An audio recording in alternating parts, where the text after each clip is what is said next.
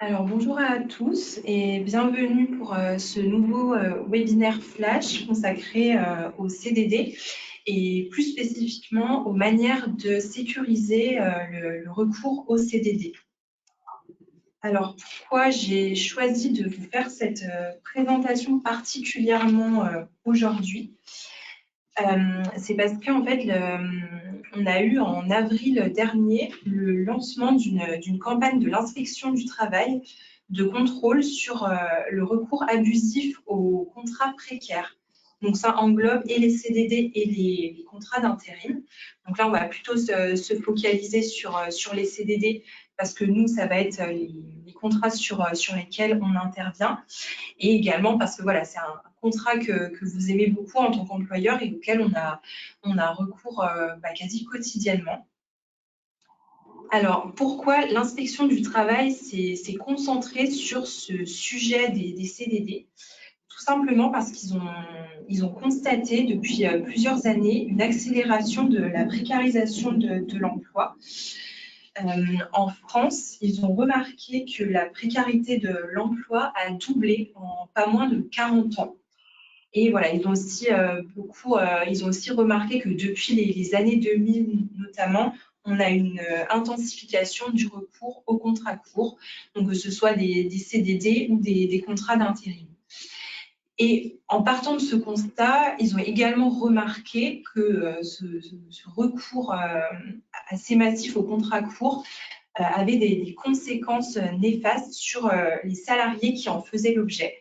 Donc, on remarque une insécurité de l'emploi, des salaires qui n'augmentent pas, parce que forcément, le salarié ne va pas être intégré dans une politique d'augmentation des rémunérations sur plusieurs années.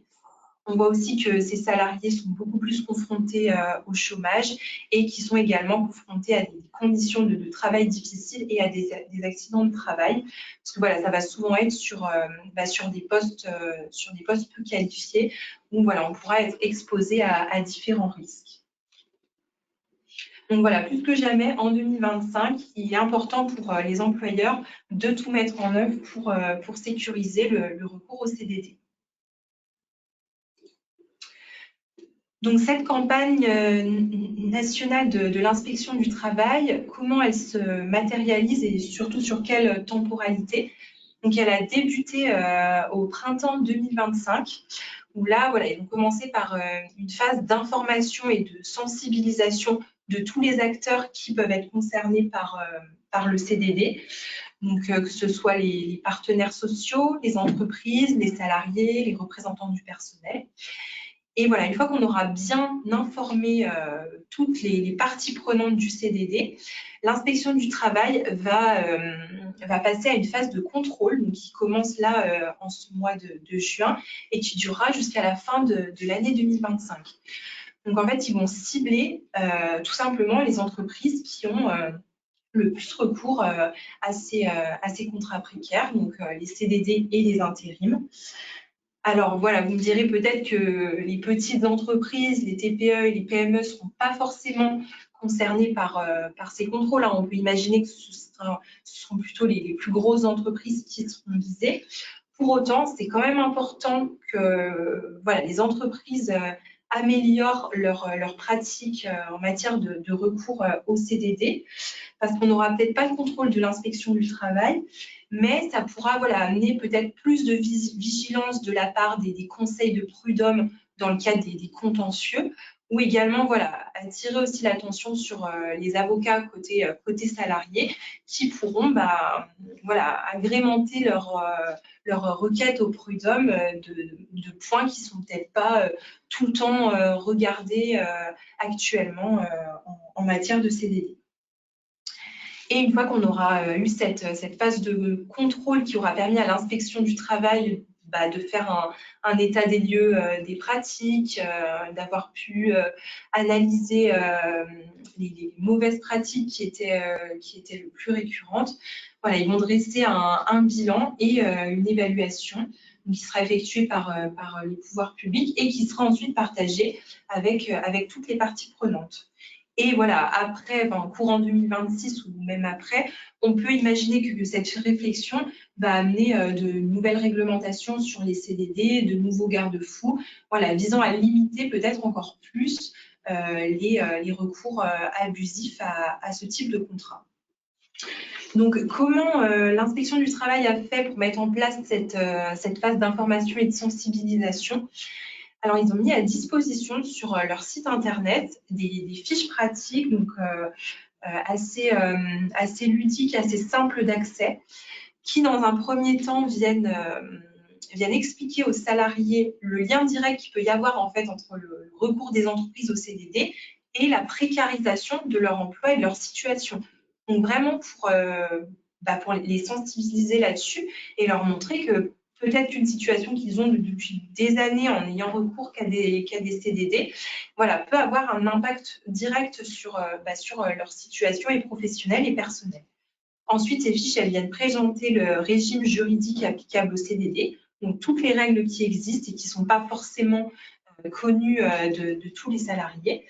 Et ces fiches pratiques viennent même jusqu'à présenter des modèles de CDD qui sont conformément rédigés aux exigences des textes et qui pourraient permettre aux salariés de comparer leurs contrats de travail qui sont conclus dans l'entreprise à des modèles qui ont vraiment toutes les règles respectées et voilà, de pouvoir percevoir en fait si il y a des choses qui n'ont pas été respectées, des règles qui sont pas forcément mises en place dans leurs entreprises. Donc voilà, on peut peut-être s'attendre aussi, du fait de cette campagne, à plus de questions de la part des salariés, au moment des entretiens d'embauche, plus de vigilance de leur part, donc plus de plus d'interrogations pour vérifier que leurs droits seront bien respectés dans le cadre de la conclusion de leur CDD. Donc voilà, d'autant plus pourquoi les employeurs doivent vraiment être très vigilants sur la conclusion de CDD et c'est pourquoi on vous propose ce petit webinaire aujourd'hui pour vraiment vous interpeller sur le régime juridique des CDD. Donc voilà, l'objectif de ce petit webinaire, on a un temps à partir de 30 minutes. Donc voilà, le but, c'est pas de vous faire un cours magistral sur le CDD et de vous présenter de manière exhaustive toutes les règles qui peuvent exister en la matière. Mais voilà, ça va vraiment être de faire un focus sur les principaux points de vigilance sur lesquels on estime nous que voilà, les points qui doivent vraiment obligatoirement être respectés par l'employeur et sur lesquels on ne peut pas faire l'impasse. Comme nous, on est confrontés quotidiennement à la rédaction de CDD et à des questions de la part des employeurs, on a un panel assez large de mauvaises pratiques qu'on rencontre souvent. On a souvent les mêmes choses qui reviennent, donc ça va être l'occasion de vous les rappeler. Et ensuite, voilà, on va vous montrer quelles sont justement en miroir les bonnes pratiques à adopter pour qu'on conclue un CDD dans le respect des règles et qu'on ne s'expose pas à des risques de requalification en CDI en cas de contentieux prud'homal ou voilà, des amendes en cas de passage de l'inspection du travail dans l'entreprise. Donc voilà, je vous ai mis le sommaire là pour que vous voyez un peu les points principaux qu'on va aborder. Alors, dans un premier temps, la première question à se poser, c'est quoi un CDD? En gros, à quoi vous devez réfléchir quand vous concluez un CDD? Il y a des grands principes qu'il faut avoir en réflexe et qu'il faut toujours avoir en tête au moment où vous avez votre projet de recourir à un CDD plutôt qu'à un CDI. Donc, un CDD, c'est un contrat de travail qui va être conclu pour exécuter une tâche précise et temporaire. Donc, j'insiste vraiment sur le fait que c'est vraiment pour exercer une tâche qui a vocation à être temporaire et pas à perdurer dans le temps. Et on pourra conclure un CDD que dans des cas qui sont limitativement et exhaustivement prévus par la loi. On ne peut pas aller au-delà de ce qui est prévu par la loi. On ne peut pas créer un motif qui n'existe pas. Donc, les grands principes à avoir en tête, je trouve qu'ils sont assez parlants et que vous pouvez vous répéter et qui permettent de mieux comprendre en fait pourquoi le CDD est aussi protégé. Le principe, c'est que le contrat de principe, c'est le contrat de travail à durée indéterminée. Et le CDD va être l'exception. Donc, comme toute exception, ça va être vraiment encadré par des règles précises et qui vont être assez contraignantes pour l'employeur et donc très protectrices du salarié. En plus de ces règles protectrices, la loi vient nous énumérer diverses mentions obligatoires qui doivent être mentionnées dans le contrat de travail à durée déterminée, qui ne seront pas aussi exigeantes quand on rédige un CDI. Donc voilà, dans le CDD, on devra obligatoirement préciser le motif de recours, la date de fin de contrat, la désignation du poste de travail, voilà, et plusieurs autres mentions. Et le grand principe à avoir en tête, c'est qu'un CDD ne doit pas avoir pour objet de pourvoir durablement un emploi lié à l'activité normale et permanente de l'entreprise. En gros, si vous cherchez à recruter un salarié parce que vous en avez besoin sur votre ligne de production, en gros, si ce salarié n'est pas là, la ligne, elle ne peut pas tourner. On voit bien que c'est un besoin pérenne, ce n'est pas un besoin d'un salarié pour une période temporaire. En fait, ce qui a été analysé par l'inspection du travail, avant qu'ils se décident à lancer cette campagne, ils ont surtout vu 3 contournements du CDD. Donc, on a des employeurs qui vont conclure des CDD pour limiter les risques liés à un éventuel ralentissement de leur activité. Ils se disent, ça nous fait un peu peur quand même de nous engager sur un CDI parce qu'on ne sait pas trop si on ne va pas faire face dans quelques mois, quelques années à une baisse de l'activité. Donc, on est un peu frileux, donc on préfère s'engager comme ça sur un CDD pour 6 mois et puis on verra ensuite. On a aussi des employeurs qui ont recours au CDD pour tester les compétences du salarié avant de s'installer dans une relation durable en CDI. Et on a aussi tout simplement, on va avoir des postes sur lesquels on ne sait pas pourquoi, mais c'est comme ça, on a pour habitude de recruter en CDD. Donc, on continue comme ça sans même plus se poser la question de conclure un CDI à la place. Donc, une fois qu'on a énoncé les grands principes, comme je vous l'ai dit tout à l'heure, les motifs qui nous permettent de recourir au CDD, ils sont limitativement prévus par la loi. C'est-à-dire qu'on a une liste précise et on ne peut pas aller au-delà de cette liste. Si on n'est pas dans l'indice avisé, tout simplement, on ne peut pas conclure un CDD. Donc, ces motifs de recours, ils sont divisés en plusieurs groupes. Donc, dans un premier groupe, on va avoir les CDD conclus pour remplacer une personne qui va être temporairement absente de l'entreprise. Donc, le cas le plus courant qu'on rencontre, ça va être de recruter un salarié en CDD pour remplacer une personne dont un salarié dont le contrat est suspendu. Donc, par exemple, pendant un congé maternité, pendant les congés d'été, pour un salarié qui est en arrêt maladie. On peut aussi conclure un CDD pour remplacer le chef d'entreprise qui est temporairement absent de la société, soit aussi pour des congés ou pour toute autre raison.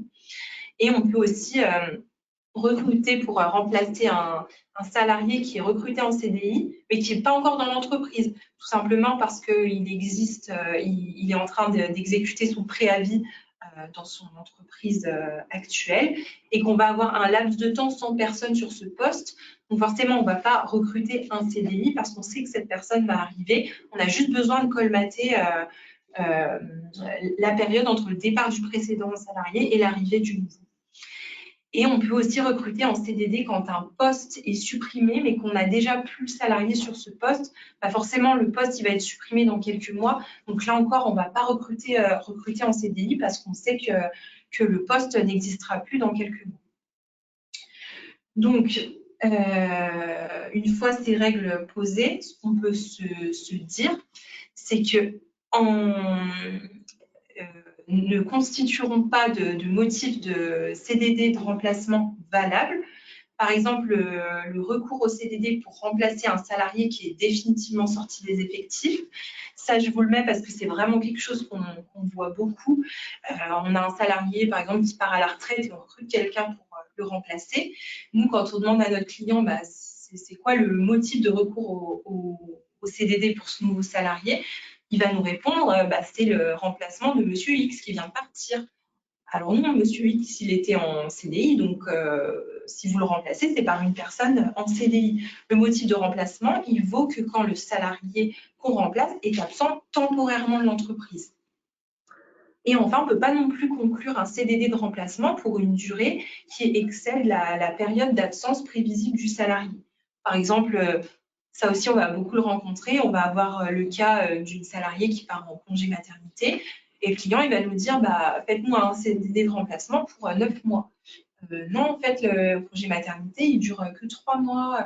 Oui, mais elle va sûrement poser des congés après, et même un congé parental, et puis le temps qu'elle revienne, on va faire comme ça. Non, ça marche pas. Il faut vraiment que la durée du CDD colle exactement à la durée de l'absence de la personne remplacée. Autre bloc de recours au CDD, c'est la possibilité de conclure un CDD pour faire face à une fluctuation de l'activité de l'entreprise, mais voilà, qui va être temporaire. Et donc, parmi ce gros bloc, on va avoir plusieurs cas. Donc, on a notamment l'accroissement temporaire de l'activité de l'entreprise. Donc, ça veut dire qu'on sait à peu près quelle est l'activité habituelle, le rythme de croisière de l'activité de notre entreprise.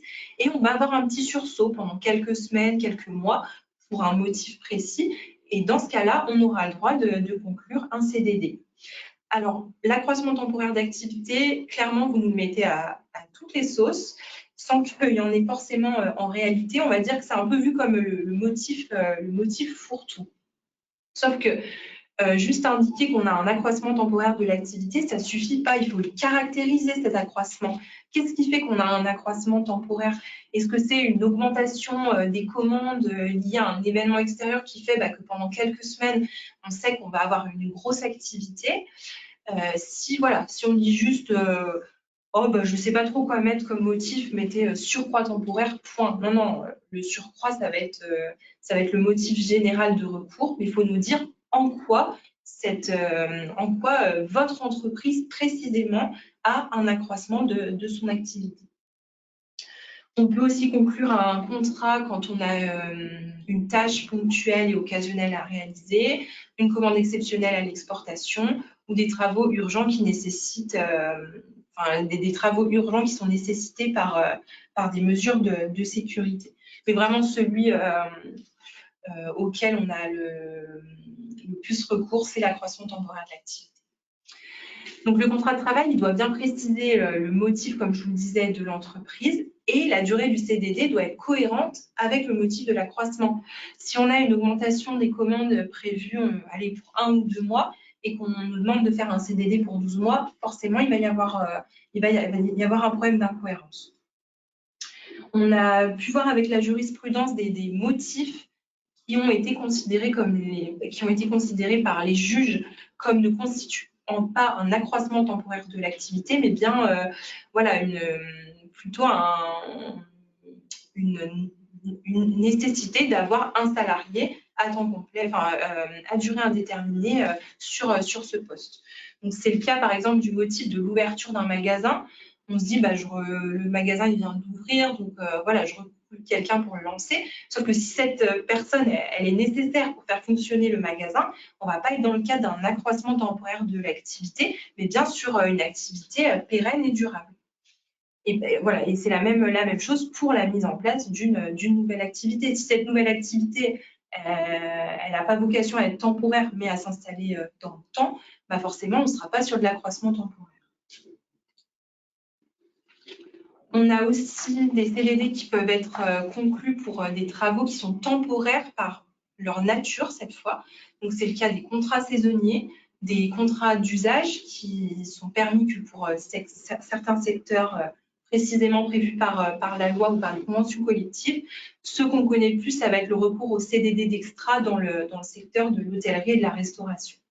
On a aussi les contrats vendanges qui sont forcément par nature temporaires, liés à la période de la récolte. Et on va aussi avoir la conclusion de CDD liée à la politique de l'emploi, sur lesquels je ne vais pas rentrer dans les détails parce que c'est très spécifique. Et enfin, voilà, un petit focus que je voulais faire sur des cas justement qu'on rencontre souvent au cabinet. Et voilà, on répète souvent aux clients les règles. C'est un peu des idées reçues, des choses qu'on entend tout le temps, mais qui pour autant ne sont pas vraies juridiquement. Là, c'est la période. On fait beaucoup de contrats de travail pour des jeunes qui viennent travailler dans les entreprises pendant les vacances d'été. Voilà, et nous, les clients nous disent, c'est un contrat étudiant. Voilà, débrouillez-vous avec ça. C'est le motif du CDD, c'est le contrat étudiant. Limite, le poste, c'est contrat étudiant. Non, en fait, on peut recourir à des CDD avec des jeunes pendant leurs vacances scolaires. Il n'y a pas de souci. Par contre, ce n'est pas un motif de CDD en soi. C'est-à-dire que si vous concluez un CDD avec un étudiant, il faut que vous ayez un motif de recours. Donc, que ce soit le remplacement d'un salarié temporairement absent. C'est ce qui se passe souvent. On embauche des jeunes pour remplacer les salariés pendant leur congé d'été, ou bien un accroissement temporaire pendant l'été, ou voilà, on peut avoir aussi beaucoup d'étudiants recrutés en CDD saisonnier. Mais sinon, le CDD doit absolument remplir les mêmes conditions, les mêmes modalités que pour un autre salarié. Et une autre idée reçue, souvent les employeurs, on ne sait pas trop pourquoi, mais prennent un peu l'habitude de faire un CDD avant un CDI en disant ça fera office de période d'essai. Sauf que non, ça, c'est pas possible. La période d'essai n'est pas un motif de recours au CDD. D'autant plus que quand vous concluez un CDI, vous avez la possibilité d'intégrer une période d'essai dedans. Donc, si le poste sur lequel vous recrutez, c'est lié à l'activité habituelle et pérenne de l'entreprise, on doit partir sur un CDI. Donc, maintenant, concernant la durée du CDD, donc ça, je pense que c'est quelque chose que vous avez quand même bien en tête. Un CDD, il ne peut pas durer plus de 18 mois, renouvellement compris, tout en sachant qu'on peut renouveler 2 fois le CDD. Donc, on a notre CDD initial, on peut avoir un premier renouvellement et un second renouvellement. Bien sûr, comme toute règle, on a des exceptions. On peut avoir des conventions collectives qui prévoient des durées différentes de CDD. Pour certains cas de CDD, on va avoir une durée qui peut aller jusqu'à 24 mois.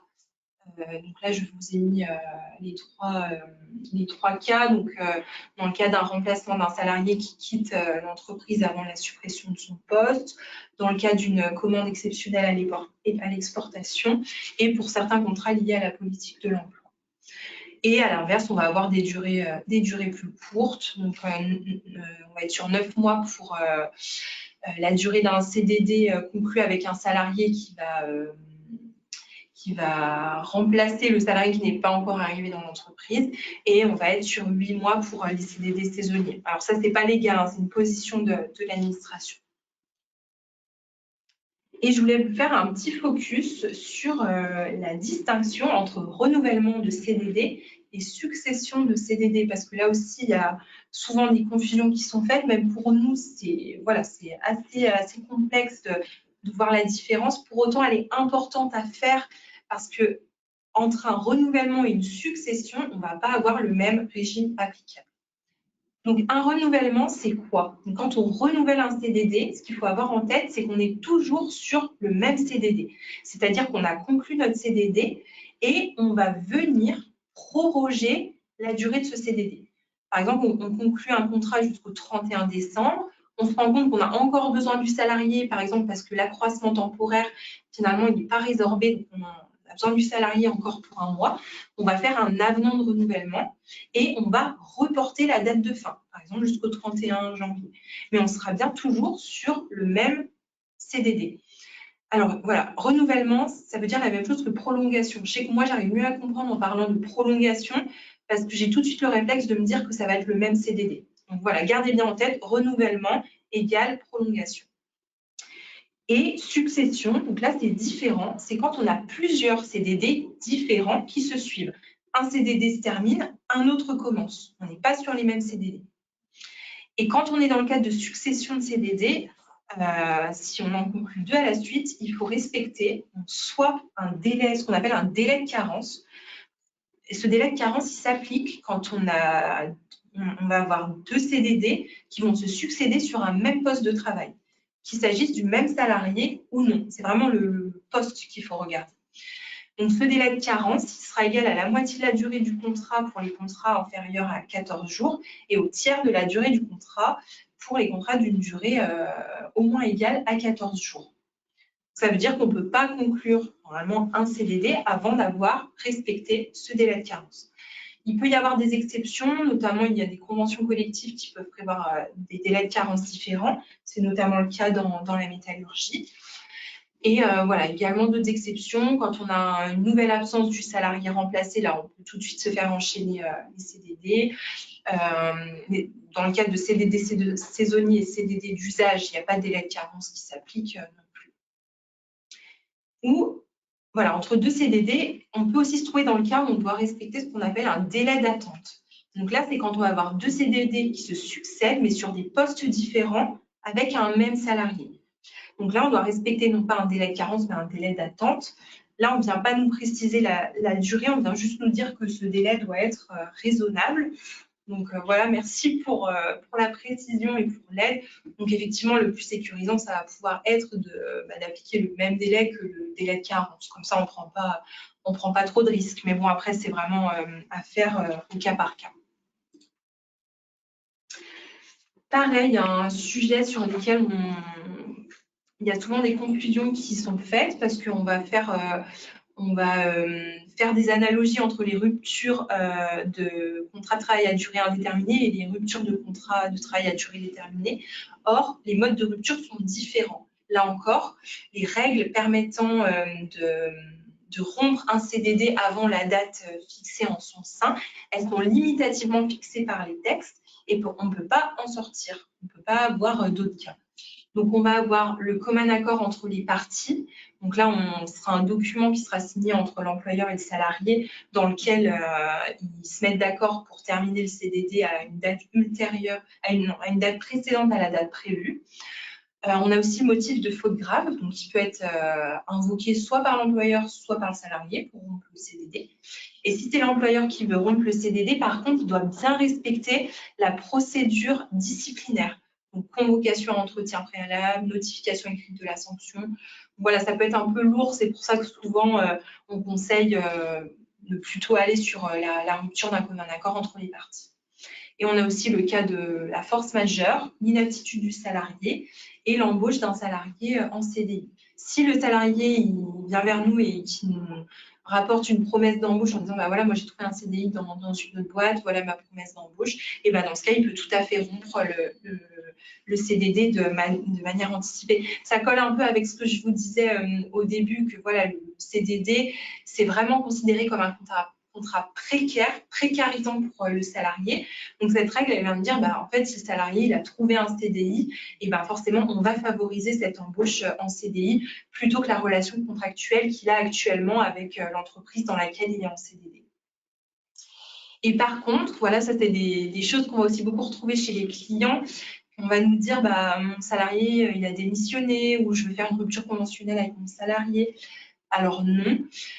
Les motifs que je viens de vous présenter sont les seuls pour lesquels on peut rompre le CDD de manière anticipée. Donc, ne sont pas des modes de rupture autorisés du CDD, la démission, le licenciement, la rupture pour motif économique ou la rupture conventionnelle, par exemple. Ces modes de rupture sont réservés au CDI.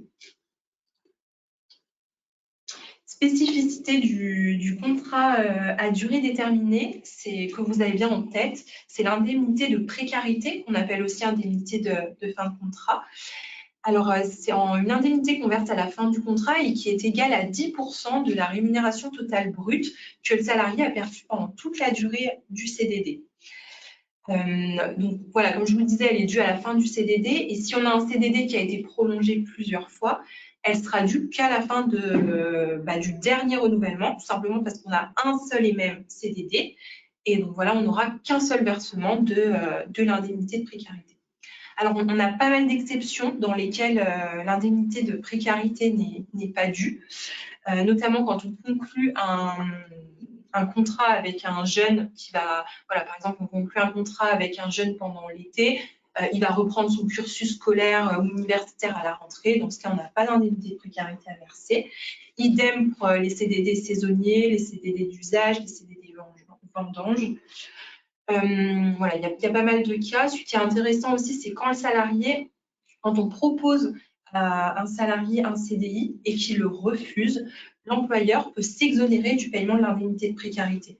Ça, c'est assez intéressant parce qu'on a quand même souvent des cas dans lesquels les employeurs nous disent « mais en fait, moi, c'est pas de ma faute si je fais un CDD, c'est le salarié. Mon salarié ne veut pas être en CDI. » Donc voilà, là, on comprend forcément que si l'employeur, en plus, est redevable de cette indemnité de précarité, alors que finalement, ça découle un peu d'un mode de vie du salarié, bah, c'est un peu dommage.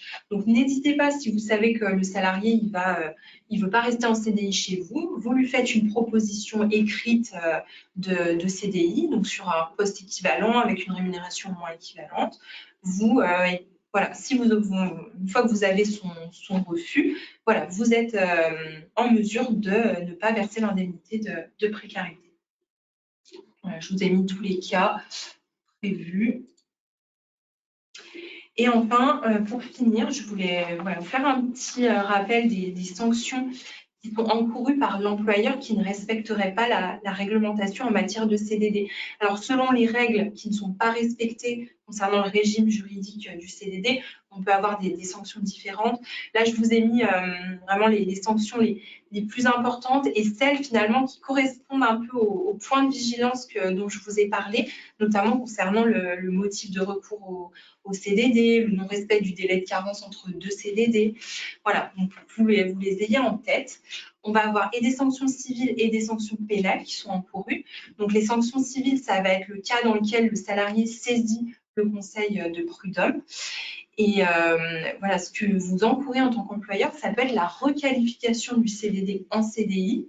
Donc voilà, vous vous retrouvez à garder le salarié dans vos effectifs ou bien à devoir lui verser les indemnités qui auraient dû être versées si le salarié avait été licencié.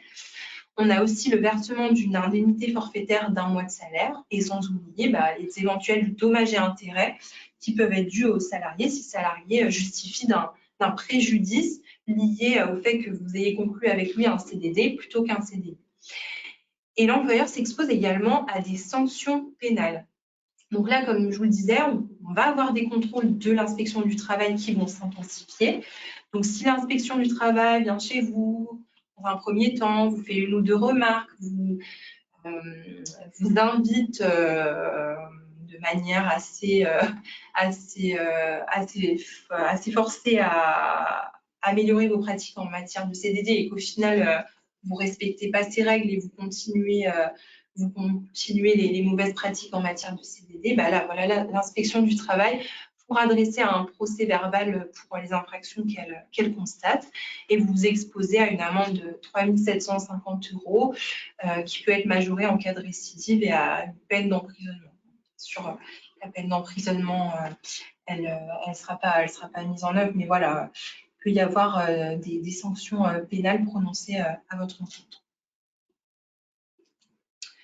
Donc voilà ce que je voulais vous dire sur le CDD. Le but, c'était vraiment que vous ayez en tête les bonnes pratiques à respecter, qu'à travers les petits exemples que je vous ai donnés, voilà, peut-être que ça puisse vous faire un peu des points de rappel au moment où vous voudrez avoir recours au CDD. Et surtout, voilà, si vous avez un projet d'embauche en CDD, que vous n'êtes pas sûr d'être bien dans le cadre, n'hésitez pas à nous contacter pour qu'on puisse vous délivrer un conseil en amont et pourquoi pas vous dire non, là, si vous concluez un CDD, vous n'êtes pas dans les clous, voilà, on peut partir sur un CDI et c'est pas parce que vous concluez un CDI que vous êtes forcément lié à ce salarié à vie. Il existe la période d'essai pour tester les aptitudes du salarié à occuper le poste. Ensuite, il existe des modes de rupture du contrat, autres que le licenciement. Voilà. Il y a vraiment tout un travail de réflexion à faire avant de conclure un CDD. Alors, je vais juste voir le chat. S'il y avait quelques questions. J'ai l'impression que c'est tout bon. N'hésitez pas à revenir vers nous si vous avez des questions et si vous avez besoin de plus d'informations par rapport au régime juridique du CDD. Et ben, je vous remercie pour votre attention et je vous souhaite à tous une bonne journée. À bientôt. Au revoir.